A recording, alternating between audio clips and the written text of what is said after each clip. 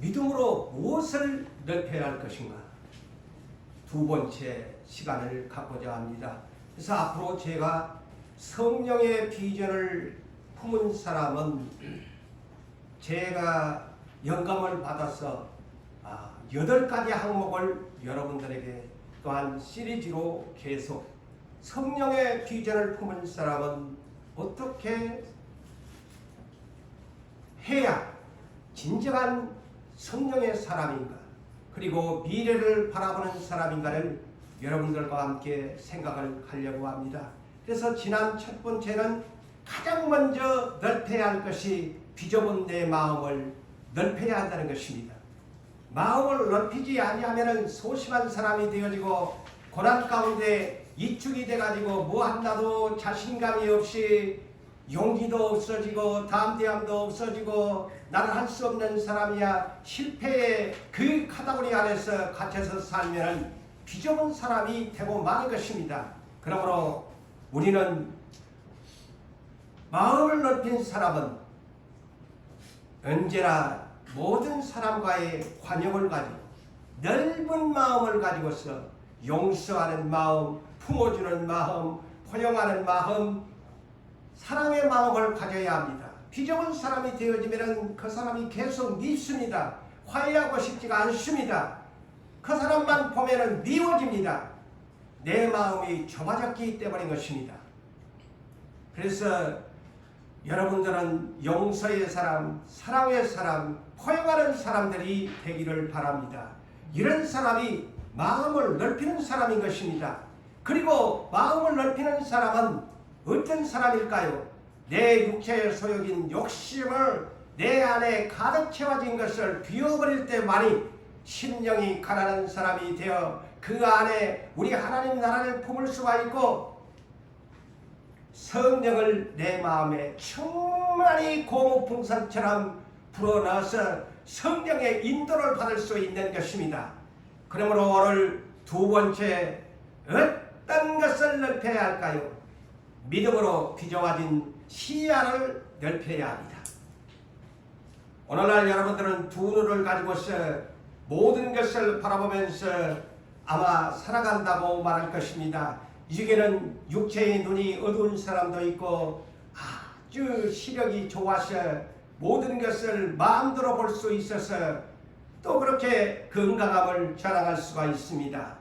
그런데 오늘 우리는 이 본문을 통해서 두 사람의 하나의 시력을 이 본문을 통해서 우리는 살펴봐야 합니다.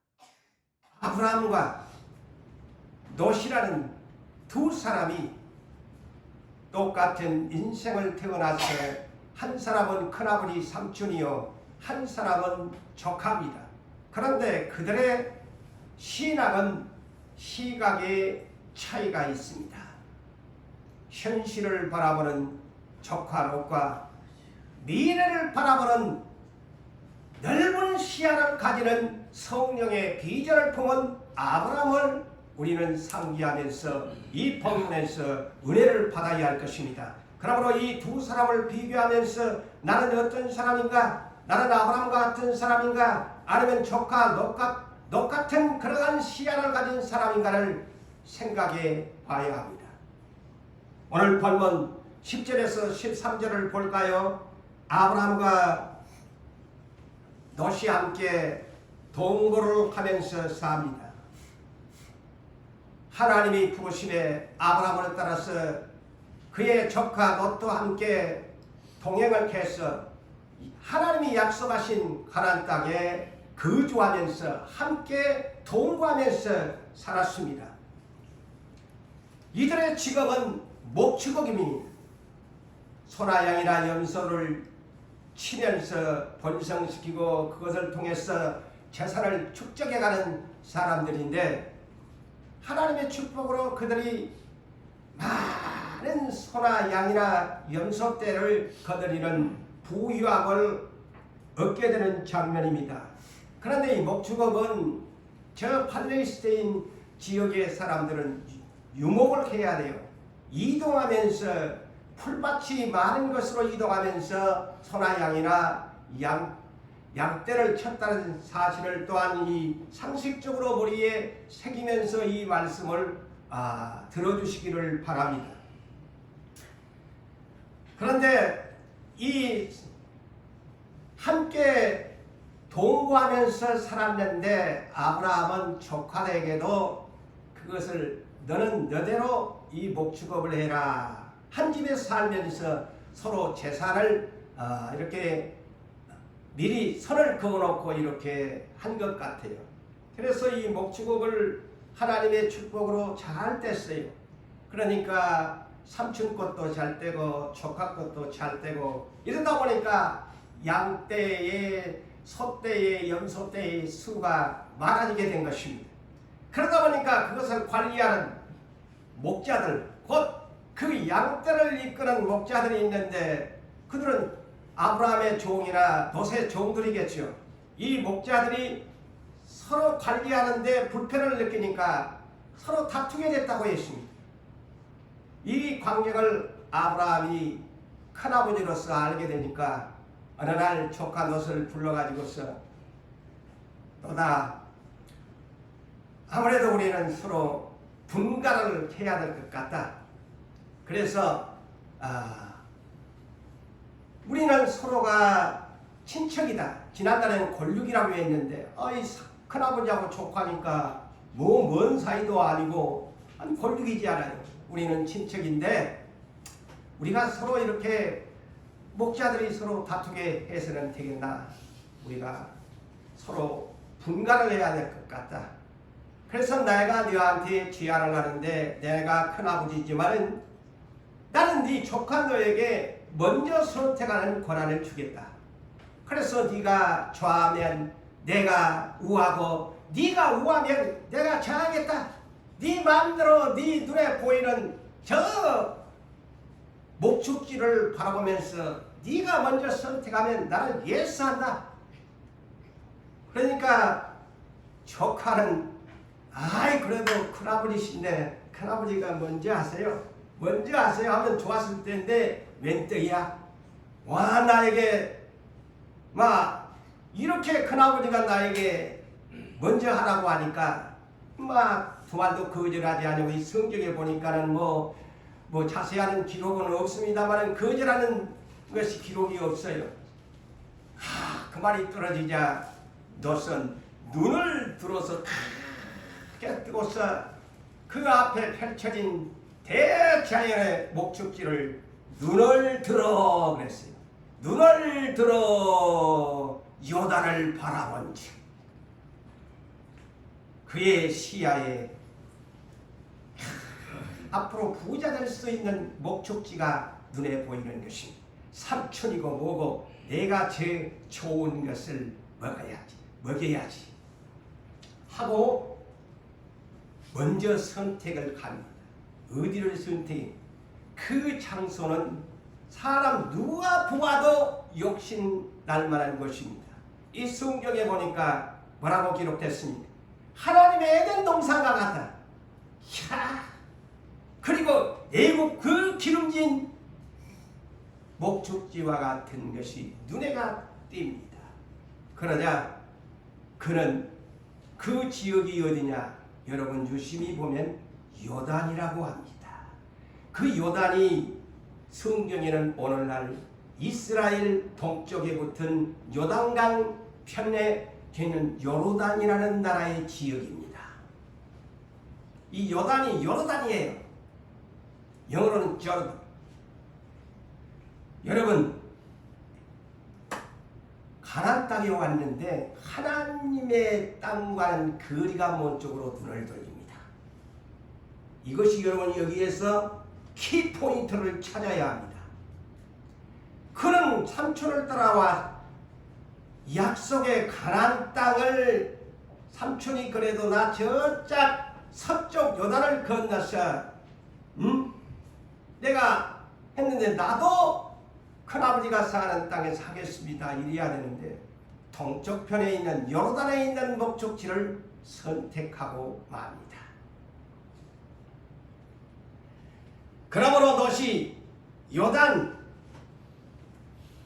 왜 선택 선택했느냐? 물이 넉넉하게 흐르는 양들도 마음껏 먹일 수가 있고 양들이 솥대가 마음껏 배불리게 살찌게 먹을 수 있는 목축지가 있으니까 행진을 만나는 거예요.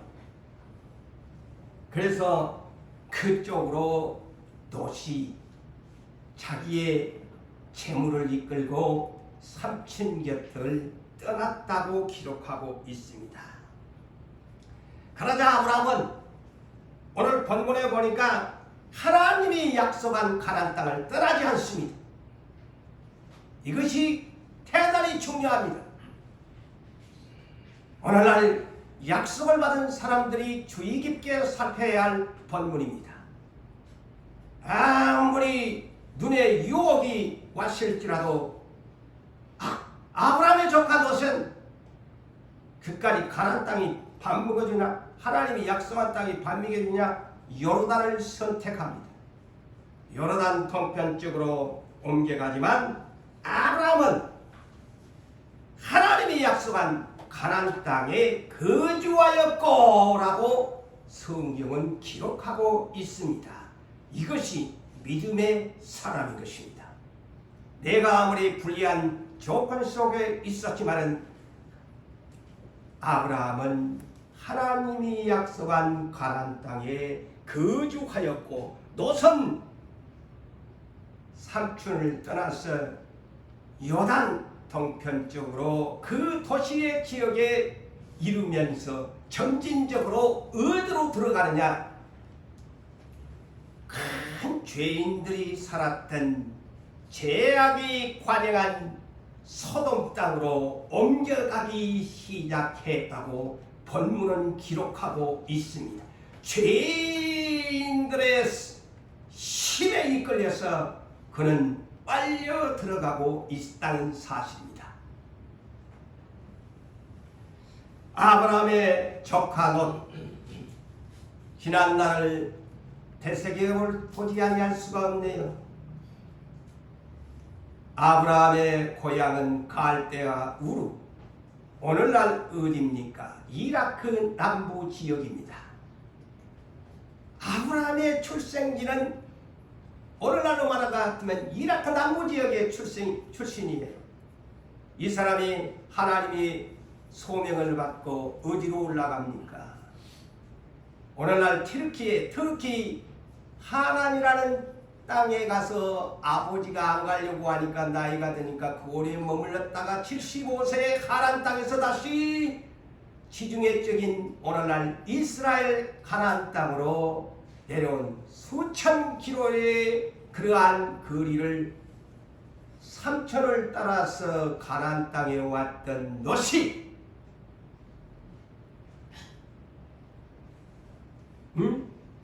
삼촌을 버리고 눈에 보이는 아름다운 유혹을 받아서 소돔 땅으로 옮겨갑니다. 롯의 시야는 육신의 눈은 밝았습니다. 육안은 밝았습니다. 볼 줄을 알았습니다. 어느 땅이 좋은 것인지 볼 줄을 알았습니다. 육체의 눈의 시력은 대단했습니다. 롯의 시야는 현실주의에 빠져서 약속의 땅 가나안 땅을 바라보지 못하고 도리어 눈에 잘 보이는 육체의 소욕의 육안을 따라 소돔 땅으로 옮겨간 것입니다. 소돔 땅은 어떤 땅입니까? 모르시는 분이 있나요? 머지않아 하나님의 멸망할 사람들 사는 것, 하늘에서 유황불이 내려와서 모두를 살라 없애버릴 소돔 땅, 그는 그런 줄도 모르고 유관이 열렸다고 그는 소돔 땅 깊숙한 것으로 빠져 들어가고 만 것입니다. 사랑하는 성도 여러분들이여, 육의 눈이 밝습니까? 육의 시력이 밝아서 나는 모든 것을 할 수 있다고, 내가 눈에 보이는 대로 하고 싶다고 생각하십니까? 그럴 적마다 하나님의 나라를 생각하십시오. 내 눈에 보이는 대로 하고 싶을 때 잠깐 멈추시고 눈을 감고 하나님의 나라를 바라보시면서 결정하십시오. 이것이 지혜로운 사람이요 크리스찬입니다. 노세시아는 미래의 약속을 보지 못했습니다. 현실에 보이는 것 그새 족하고 약속하신 땅 삼촌이 하나님을 만나 받았던 그 약속의 땅을 버리고 떠나고 말았습니다. 떠나고 말았습니다. 떠나고 말았습니다. 오늘날 지상의 지구촌에는 수많은 교회들이 있어 수많은 하나님의 이름을, 예수 이름을 부르는 자들이 있을 것인데 바로 이런 류의 사람들이 보편적 많을 것이라고 저는 생각합니다. 눈에 보이는 대로 쫓아가는 신앙, 과연 보이지 않는 미래의 약속을 바라보고 따라가는 사람들이 얼마나 있을까? 오늘 본문은 그것을 두 사람을 비교하면서 우리에게 가르쳐주는 성경의 의미를 우리에게 보여주는 장면입니다. 요한일서 2장 15절에서 17절을 보면은 우리에게 이런 경고의 말씀을 하시지요. 이 세상이나 세상 것들을 사랑하지 마라. 이는 이 세상에 있는 모든 것들이 육신의 정욕, 곧 욕심, 육체의 소욕이고 눈으로 보이는 안목의 정욕이고 이 세계에 자랑하기 위한 목적으로 일구는 것이다. 이 세상에 있는 모든 것 세 가지로 분류해 다시 말씀을 드리면 육신의 정욕적인 것이다. 눈으로 보이는 안목의 정욕이다. 세 번째는 이 생의 자랑을 위해서 일구고 탑을 쌓는 것이다. 자랑하기 위해서 돈을 모으고 자랑하기 위해서 모든 산업을 일으킨다는 것입니다.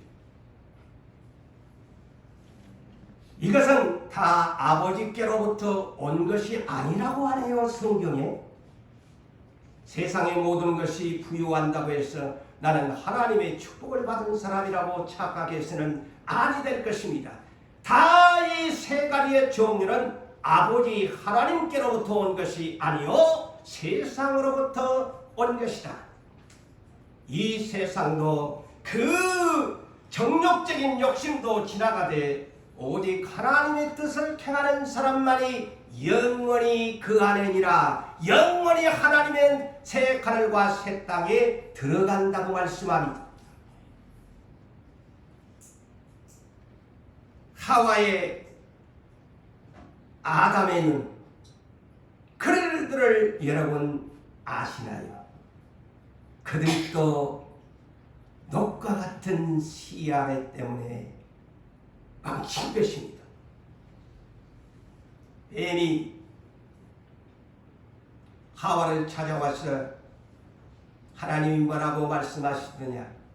하나님에 대한 말씀을 넌듯이 던져봅니다. 그러니 하와는 그 속내를 모르고 하나님에 대한 말씀을 마귀에게 속삭입니다. 마귀는 이때를 놓칠까? 아니야. 부정적인 노를 선택하라고 합니다. 아니야. 결코 죽지 않아. 먹어봐. 네 눈이 엄청 밝아질걸. 하나님과 같이 될걸. 어머나 하나님과 같이 된다는데 눈이 밝아진다는데 그 눈의 시력은 욕심을 바라보는 시력을 유혹합니다. 그러자 하와의 눈은 번쩍 떴습니다. 눈을 들어 선악과 나무를 바라본 즉 먹음직 보암직 지혜롭게 할 만큼 탐스럽게 한 것이 보인지라. 자기가 먼저 먹고 우리 여보도 갖다 줘야지. 또 한낱 따서 남편에게 먹여주니 남편 역시도 거부하지 않고 욕심이 잉태한 즉 죄를 낳고 죄가 장성한 즉 사망을 낳는 결과를 이 부부가 눈 때문에 시야 때문에 그랬습니다. 노새 눈이 바로 하와를 닮았네요. 아담을 닮았네요. 하나님이 주신 삼촌이 하나님으로부터 받았던 그 약속을 눈에 차지 않습니다. 가나안 땅이 눈에 보이지 않습니다. 오늘 같으면 천국이 아무리 입으로는 천국 하는데 세상이 더 좋은 거요. 세상에 있는 것들이 더 사랑스럽고 세상에다가 내가 공동탑을 쌓아야지. 세상에다가 내 공동탑을 쌓아야지. 그래야 이 공동탑이 내 인생의 자랑거리요, 내 명예요, 내 수고의 대가다 자랑하고 싶은 것입니다.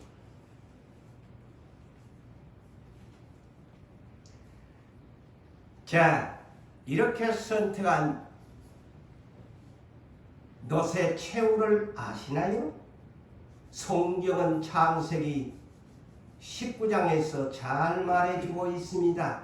소돔 땅으로 삼촌 버리고 떠났던 그의 최후는 그는 잘 됐어요. 소돔 땅에 가서 부자 됐어요. 부자면 뭐대? 하나님이 미워하는 부자인데, 싫어하는 부자인데, 그는 장로에까지도 성문에 앉은 사람까지 됐어요. 얼마나 성공했습니까? 그런데 하나님이 소돔성이 제약이 가능한 곳이야. 동성연애가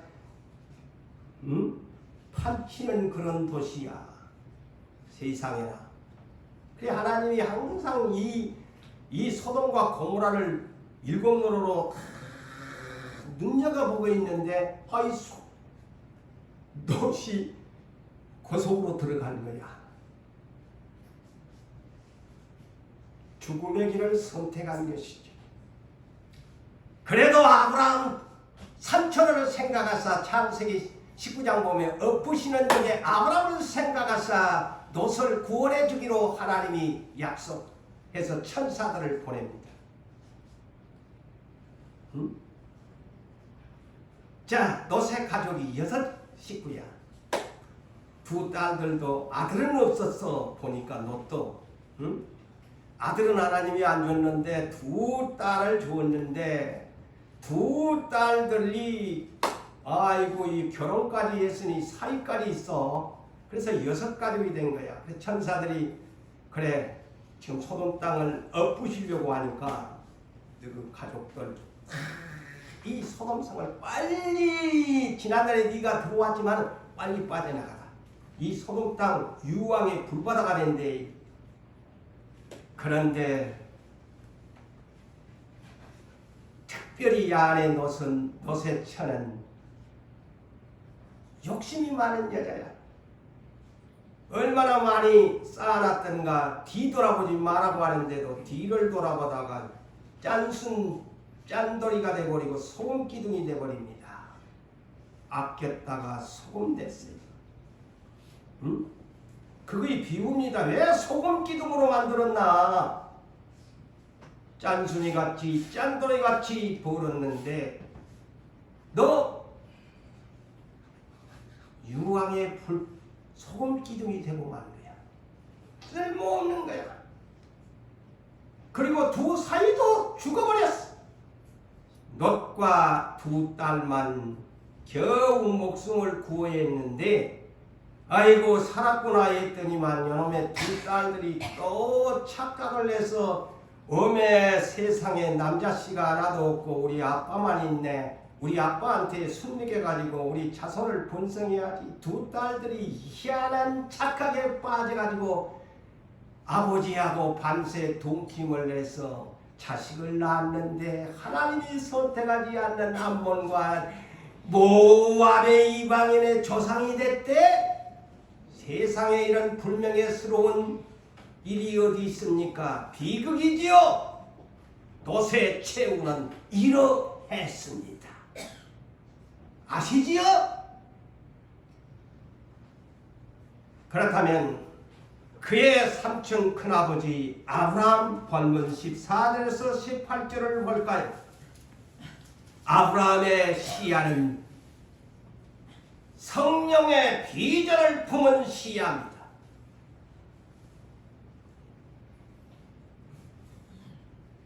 롯이 아브라함을 떠난 후에 나이 많은 아브라함은 얼마나 쓸쓸했겠어요. 친자식은 아니지만은 친자식처럼 함께 그 많은 세월을 함께 했는데 지 눈에 욕심이 들어오니까 삼촌이고 뭐고 그냥 같이 안 살겠다고 가나안 땅에 같이 살면 좋을 텐데 요단강 저편으로 건너가 버렸으니 그러니 누가 이로하러 왔어요? 하나님이 찾아오셨어요. 아브라함이 찾아오신 것입니다. 여호와께서 찾아오사 아브라함에게 말씀하여 이르시기를, 자, 아까 10절에 비교되잖아요. 잘 성경을 살피세요. 10절에 너선 눈을 들어 이렇게 기록이 됐지요. 자, 하나님은 자기가 선택한 아브라함에게 네 눈을 들어 보세요. 자, 시야적인 것을 이 본문에서 다 비교 분석해 주고 있습니다. 너는 눈을 들어 동서남북 사방을 돌아보아라. 동서남북을 바라보아라. 네가 사방에 보이는 땅이 있니? 내가 너에게 주어서 영원히 이르리라. 그 땅이 오늘날 이스라엘 땅이지요. 너 자손에게 주겠다. 내 자손이 땅의 태끌과 같이 셀 수 없게 많게 주고, 그리고 너는 일어나. 너는 일어나라. 둘째는 눈을 보고 동서남북을 바라보면 네한테 줄게. 그래놓고 너는 일어나. 그래서 너는 종과 행으로 두루 다니는 그 땅을 너에게 줄 것이다. 종과 행, 이 말이 뭐냐면 가로 세로로 걸어보아라. 응? 길이 넓이로를 말하는 거예요. 종과 행, 길이 넓이. 네가 사각형으로 동서남북을 한번 걸어봐라. 그러면 내가 너에게 줄게. 이야, 하나님 멋진, 아이고 가나안 땅의 동서남북을 바라보라고 해가 네가 걸어다니는 대로 줄게. 기가 막힌 하나님의 비전입니다. 자, 그런데 이러고 나서 아브라함이 하나님의 다시 만나서 비전을 다시 크게 품습니다. 그러면서 어디에?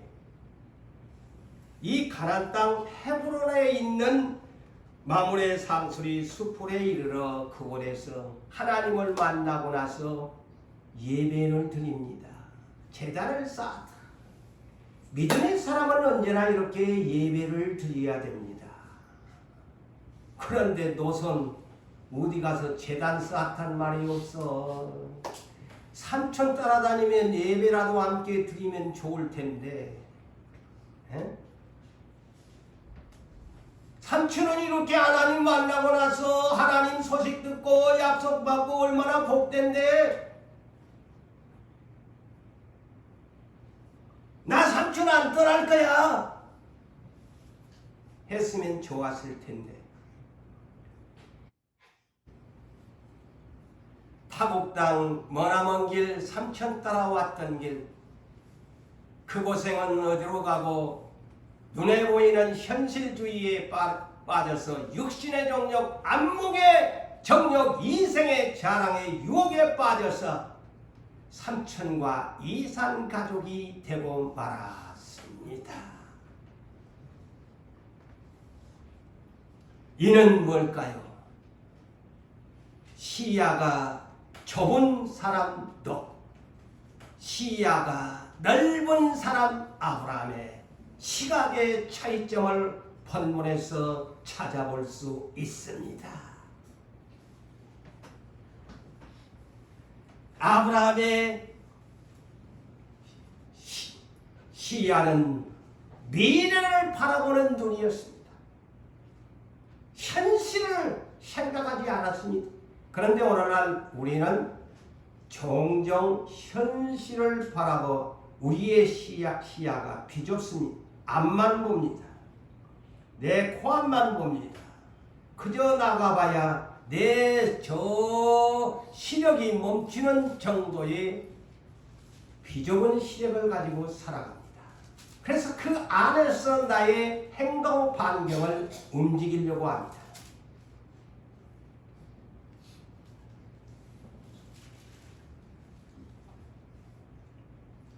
그런데 고린도후서 4장 18절에 우리에게 주의할 것을 가르쳐 주죠. 우리가 주목하는 것은 보이는 것이 아니요 보이지 않는 것이라고 하죠. 보이는 것은 잠깐이다. 인생 100세 미만의 인생 신속하게 꽃잎처럼 가는 시간이다. 잠깐이다. 그러지만은 보이지 않는 것은 영원하다고 했습니다. 이것에 여러분들이 본문을 보면서 다시 말씀을 드립니다. 고린도후서 4장 18절이 이 본문의 핵심적인 키워드의 답입니다. 보이는 것은 잠깐이되 잠깐인 것에 주목하지 마라. 보이지 않는 것에 주목하라는 것이죠.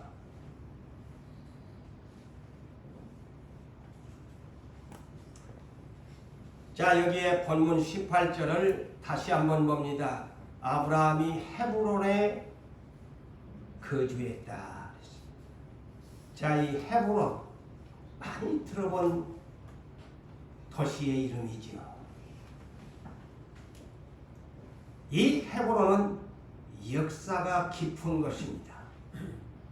아브라함이 조카 롯과 헤어지면서 가장 먼저 하나님께 예배를 드리고 거주했던 곳이 이 헤브론인데, 헤브론은 우리에게 주는 의미가 있는 것입니다. 이 헤브론은 어떤 것입니까? 그 후에 후손들 광야교회가 가나안 땅을 향해서 가는 도중에 이스라엘이 바란 광야 가데스 바네아에서 12정탐꾼을 보내었습니다. 그들이 12정탐꾼이 가서, 이는 민수기 13장 22절 이하에 참고하십시오. 헤브론에 지난날 믿음의 조상이 살았던 헤브론을 가나안 땅에 가게 됩니다. 그곳에 가니까 아낙 자손을 보았더라. 그래서 자, 여기에도 시각이 나옵니다. 시야에 대한 언급이 나옵니다. 아낙 자손을 보았다. 아낙 자손이 누구냐? 신장이 거대한 사람들이요 네피림 후손인 아락 자손 그들이 헤브론에 살고 있었다. 가나안 땅. 그런데 아브라함이 일찍이 이 헤브론에서 거주했다는 겁니다. 그런데 거기서 네피림 후손인 헤브론에 거하고 있는 아락 자손을 12 정탐꾼이 보고 나서 10사람들은 간담이 서늘하게 됩니다. 우리는 저들에 비교하니 메뚜기만 하더라. 그래서 모세와 이스라엘 온 광야 교회 앞에서 10사람이 보고를 하는데 악평을 합니다. 우리는 메뚜기만 해서 우리는 고래 가면 우리의 처자식 다 죽을 것이다. 그렇지만 갈렙과 여호수아는 날이다. 하나님께서 우리에게 약속해 주었으니 우리는 그 땅에 들어가면 하나님이 우리에게 그들을 먹잇감으로 줄 것이다. 했지만은 다수결의 원칙은 소수를 이겨버렸습니다. 오늘날도 민주주의 국가는 항상 다수가 우선권이죠. 그렇지만은 이 헤브론, 자, 의미가 있다고 그랬지요. 역사가 있다고 그랬지요. 칼렙이 그렇구나 라고 합니다. 아브라함의 자손이 이 땅을 차지하니 칼렙이 차지합니다. 아브라함의 후손인 칼렙이 광야교에서 45년을 기다렸으며 무려 40세에 출애굽을 해서 모세를 따라가면서 그는 지도자로 양성이 됩니다. 훌륭한 지도자가 됩니다. 45년을 광야에서 남은 자가 되어가지고서 요단강을 건너서 가나안 땅에 가서 바로 유다 지파의 수령으로서 여호수아에게 지난날에 내가 정탐을 했을 때 모세가 약속해 주었다. 이 헤브론 산지를 내게 주소서. 유다 지파의 갈렙이 지난날 믿음의 조상 아브라함이 가나안 땅에 와 거주했던 헤브론 땅을 자기의 개인 기업으로 보상으로 받습니다. 할렐루야. 그렇다면 이것뿐입니까? 이 헤브론 사무엘하 2장 1절 이하에 그 지긋지긋한 왼수 같은 사울이 전쟁터에서 죽었대요. 소식의 다윗에게는 엄청난 기쁜 소식이 아니할 수 없습니다. 쫓겨다니는 인생이 이제 올무에서 노임을 받았으니 얼마나 춤추고 좋아할 일이겠습니까? 흥분하지 않습니다. 하나님 앞에 조용히 무릎을 꿇습니다. 하나님, 사울이 죽었다고 하는데 내가 어디로 올라가리까? 헤브론으로 올라가라. 그곳에 가서 7년 6개월 유다 지파 한 지파만을 다스리는 왕권을 다윗이 최초에 등극했을 때 헤브론에 가서 유다 왕이 됩니다. 할렐루야. 그래서 이 헤브론이라는 것을 여러분이 역사 깊은 의미를 이것에서 그냥 헤브론 넘어가지만은 아니요, 헤브론은 대단히 중요한 것이야. 사랑하는 성도 여러분, 이런 사람이 하나님 나라의 시야를 가진 사람인 것이에요. 자, 우리의 육체, 저도 두 눈, 여러분도 두 눈 공평하게 하나님이 주셨습니다. 그렇지만 때로는 인간적으로 볼 때는 어떤 사람은 눈이 맑은데 어떤 사람은 눈이 너무너무 나빠. 저 같은 경우도 그런 유의 한 사람이에요. 여러분은 이렇게 보면은 쉬운 이 보면서도 할 수 있지만 나는 그만큼 노력을 하지 아니하면 안 됩니다. 노력해야만 합니다. 애와야 됩니다. 익혀야 됩니다. 보지 못한 만큼 또한 내가 노력하지 아니하면 남들 앞에 서서 하나님의 말씀을 선포할 수 없습니다. 그래서 마태복음 6장 22절에서 23절에 보면 주님이 말씀하시지요. 눈은 몸의 등불이라고 했습니다. 여러분들의 두 눈은 여러분의 몸의 등불이에요. 등불이 밝아야 합니다. 그래서 주님은 말씀하시죠. 너 눈이 성하면 좋으면 얼마나 네가 밝게 사노? 네가 눈이 나쁘면 얼마나 어둡겠느냐? 육안에 대해서 말씀합니다. 반대로 영안에 대해서 말씀합니다. 그러므로 내게 있는 속사람의 영혼의 빛이 어두우면 그 어두움이 얼마나 더하겠느냐. 이거는 내 속사람의 영혼에 대한 빛을 말하고 있습니다. 영안, 영엔 사람은 육과 영의 눈으로 구분할 수 있습니다. 그렇지만 보편적으로 이 자리에 계시는 사랑하는 성도 여러분들이요, 아마 인생을 살면서 내 육의 눈에 대한 것은 그렇게 염려하고 안과 전문의를 찾아가서 그렇게 상의하고 질문하고 그렇게 하지만 여러분의 속사람 영혼의 눈은 얼마나 생각하시면서 사셨나요? 가슴에 손을 얹고 얹어보면 알 거예요. 아마 별로 없었을걸? 이 육신의 눈만 걱정했지 속에 내 속사람 눈에 대해서 내 시력은 얼만가라고 생각해 보신 적이 있나요? 아마 없었을걸?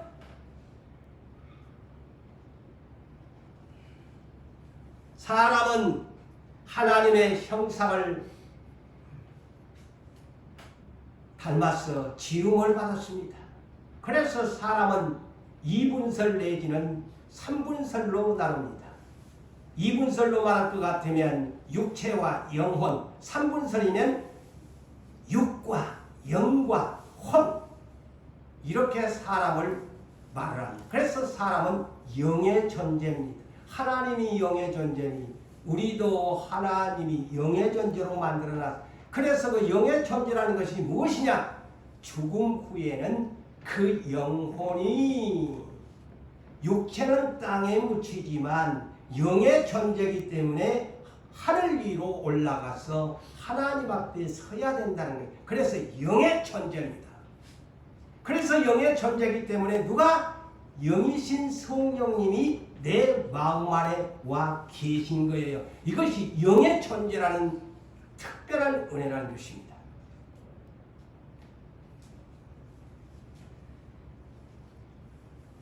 사랑하는 성도 여러분,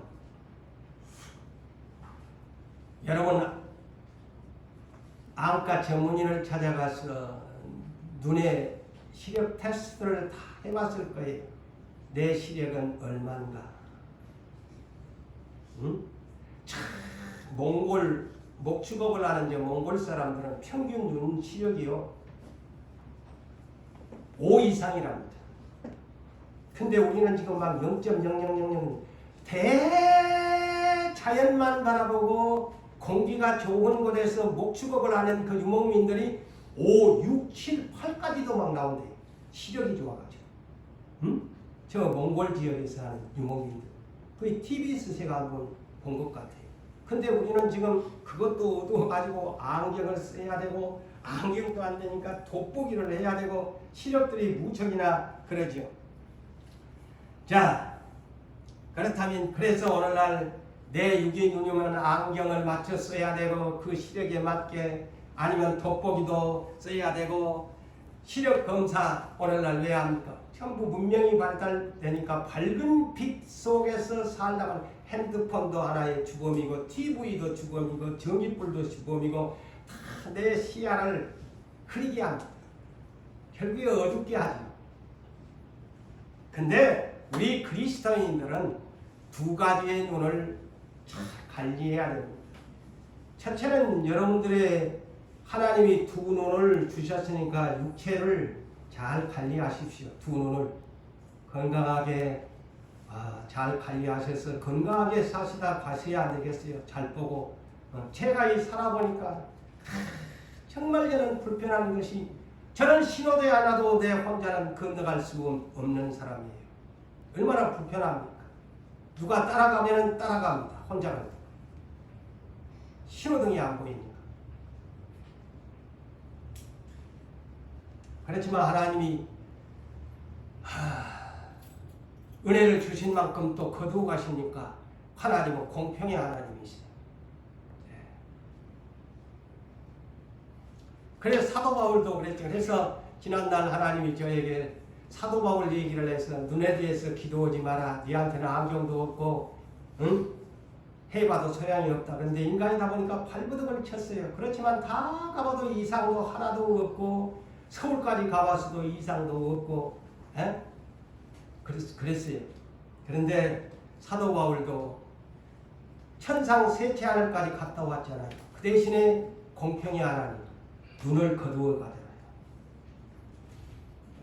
사탄의 사자 가시를 주어가지고 눈도 나쁘고 육체에 가시를 주어서 네가 자만하지 못하도록 네가 오히려 약한 가운데 너를 강하게 만들 것이다. 그랬지요. 그래서 사랑하는 성도 여러분, 우리는 거듭나야만이 하나님을 볼 수가 있고 하나님의 나라를 볼 수가 있습니다. 두 가지를 봐야 돼요. 하나님을 볼 수가 있어야 되고 하나님의 나라를 볼 수 있어야 돼요.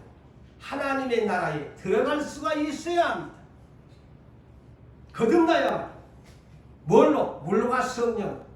그래서 하나님을 볼 수 있는 사람은 어떤 사람? 마태복음 5장 8절 마음이 청결한 사람이 하나님을 본대. 왜 내가 하나님을 만날 수 없고 볼 수가 없나? 내 마음이 더러워서 그래요. 청결하지 못해서 안 보이는 거요. 말씀이 안 보이는 거요. 마음이 깨끗해야 하나님이 보이는 거예요. 마태복음 23장에 유대인들의 거의가 우리 예수님의 진단은 다 보지 못하는 맹인들이라고 했습니다. 지도자들도 마찬가지다. 그들은 왜 그랬느냐? 사람에게 보이기 위한 신앙생활을 했어요. 보세요. 다르잖아요. 사람에게 보이기 위한 유대인들 바리새인들. 사람만 보고 여호와를 섬긴대. 그러니 하나님이 안 보이지. 잘 이해가 됩니까? 왜 유대인들이 사람에게 보이기 위한 신앙생활을 했나요? 다시 말씀을 드려요. 사람에게 보이기 위한 신앙생활을 하니까 하나님이 안 보여. 그래서 예수님이 와서 너희들은 다 맹인들이다. 화 있을진저 저주받은 자들이여. 뱀과 독사의 자식들이여. 사람에게 보이기 위해서 일하지 마세요. 사람에게 보이기 위해서 교회 봉사하지 마세요. 하나님에게 보이기 위해서 하나님을 보고 봉사하시기를 주의 이름으로 축복합니다. 네. 자, 우리의 눈은 그렇다면 어떤 눈을 띄어야 될까요? 하나님의 눈은 일곱의 눈. 계시록 4장 5절에 성령님은 일곱의 등불. 계시록 5장 6절에 예수님의 눈은 일곱의 눈. 그 일곱의 눈은 땅에 보내심을 받은 하나님의 일곱의 영. 성령이시죠. 그렇다면 우리 두 눈, two eyes, 이를 seven eyes로 우리는 안경을 써야 됩니다. 하나님을 바라보려면 두 눈 갖고는 못 봐. 어떤 눈으로? seven eyes, seven street, seven life, 일곱 등불, 일곱 눈, 성령의 눈을 내가 내 두 눈 위에 하나님 나라의 성경의 안경을, 성령의 안경을 내 눈에 끼면 하나님이 보입니다. 하나님을 만날 수가 있습니다.